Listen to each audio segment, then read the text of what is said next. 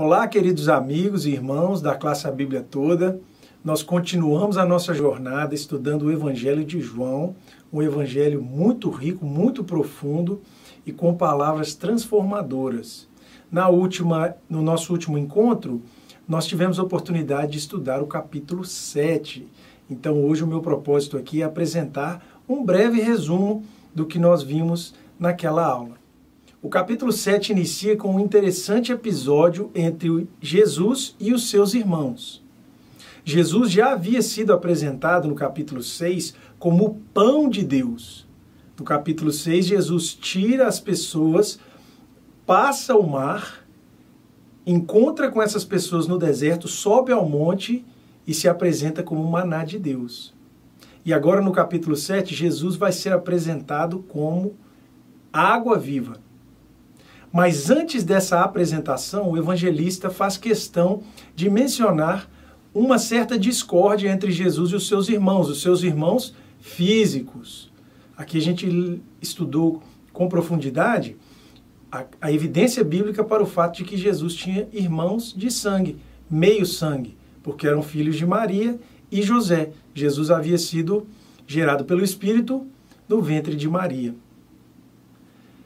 Os irmãos de Jesus diziam: vá para Jerusalém na festa de tabernáculo para ser conhecido. Mas Jesus ainda não entendia que era a hora dele ir.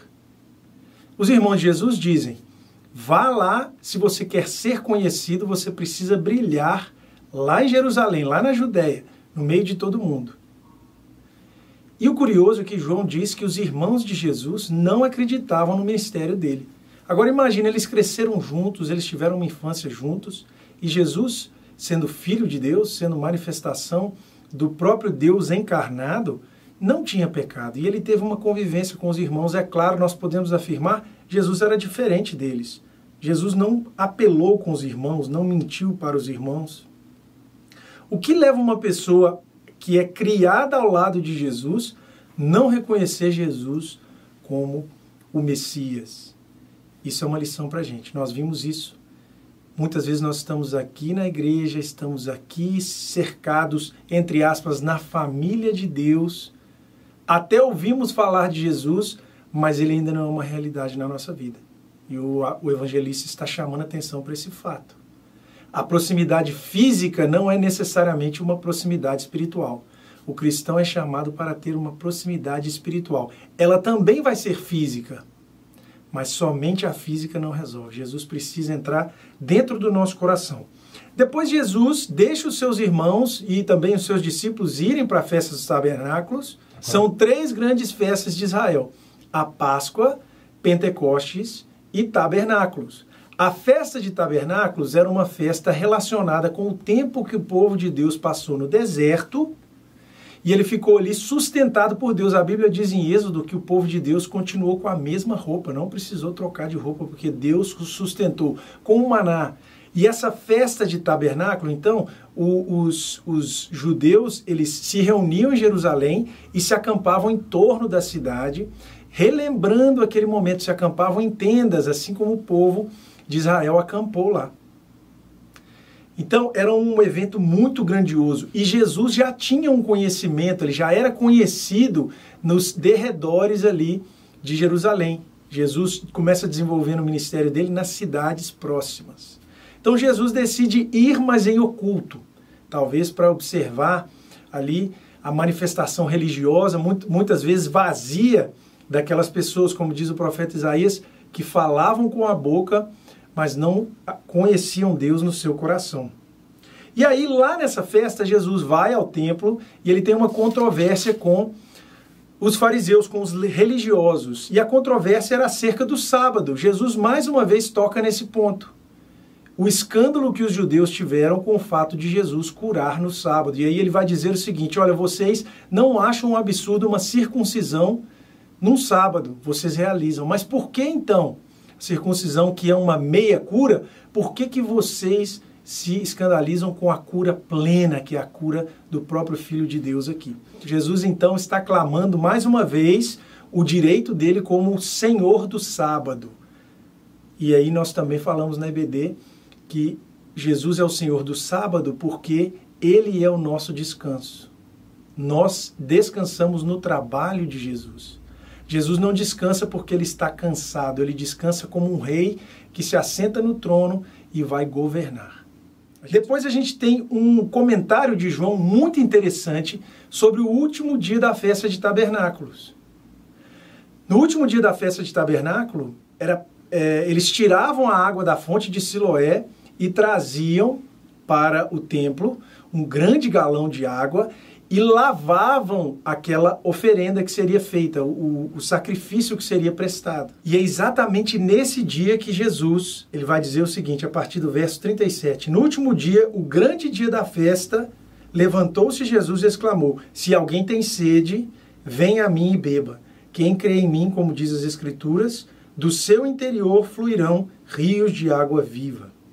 Isso ele disse com respeito ao Espírito que havia de receber os que nele crescem, pois o Espírito até aquele momento não fora dado, porque Jesus não havia sido ainda glorificado. Então Jesus agora está se apresentando como a água viva. Então veja, no capítulo 6, ele era o pão que cumpria o significado do maná. Agora no capítulo 7, ele é a água, a mesma água que Moisés feriu a rocha para tirar. Aliás, a rocha era o próprio Cristo. Então, olha que riqueza aqui que o evangelista está trazendo para nós. Jesus é a rocha da nossa salvação e dele também deságua as águas que saciam a nossa sede. Ele é essa água abundante. E a gente pode até revisitar aquele episódio de Moisés em Números, quando Deus pediu para ele tirar a água da rocha e Moisés, extremamente revoltado com o povo de Deus, ele feriu a rocha com o seu cajado, e ali Deus avisou para ele que ele não iria mais entrar na terra prometida. Quando a gente vai ver a realidade simbólica desse acontecimento, olha que interessante. Na verdade, nós sabemos aqui em João que Jesus é a rocha, ele é a rocha. E veja então a rebeldia de Moisés. Aqui fica muito claro por que aquele pecado era tão grande a ponto dele não entrar na terra prometida. Num certo sentido, no sentido simbólico, Moisés, quando feriu a rocha, ele estava se revoltando contra Deus e, num certo sentido, ferindo o próprio Cristo. Mas Jesus Cristo está aqui se apresentando como a água que realmente foi brotada das suas feridas na própria cruz.